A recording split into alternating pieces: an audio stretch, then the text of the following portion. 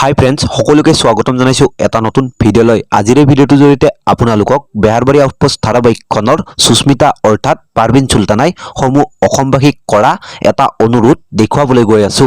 গতিকে ভিডিঅ'টো আৰম্ভ কৰাৰ আগত আপোনালোকলৈ এটাই অনুৰোধ, যদি এই চেনেলটো এতিয়ালৈ সাবস্ক্ৰাইব কৰা নাই তেনেহলে প্লিজ সাবস্ক্ৰাইব কৰি ল'ব, তেন্তে ভিডিঅ'টো শেষলৈ চাই যাব।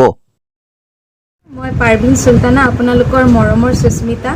আপোনালোক সকলোৱে গম পায় যে কৰোনা ভাইৰাছে বৰ্তমান সমগ্ৰ বিশ্বতে এক সন্ত্ৰাসৰ সৃষ্টি কৰিছে আৰু এই কৰোনা ভাইৰাছ বৰ্তমান ভাৰততো এক বিভীষিকাময় পৰিৱেশৰ সৃষ্টি কৰিছে।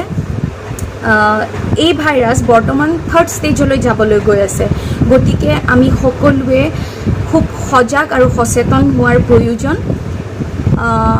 ভাৰতৰ প্ৰধানমন্ত্ৰী ডাঙৰীয়া যি আমাক 21 দিনীয়া লকডাউনৰ আদেশ দিছে, আমি সকলোৱে ঘৰত থাকি যাতে এই নিয়মখিনি মানি চলোঁ আৰু আমিও সুৰক্ষিত থাকোঁ আৰু আমাৰ লগতে আমাৰ ঘৰখন, আমাৰ ওচৰ চুবুৰীয়া সকলোকে আমি সুৰক্ষিত কৰি ৰাখোঁ। আপোনালোকক এটাই অনুৰোধ, আপোনালোকে যাতে চৰকাৰৰ সকলো নিয়ম নীতিবোৰ মানি চলে।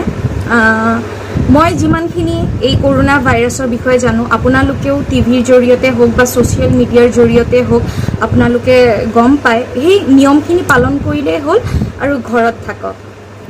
ধন্যবাদ।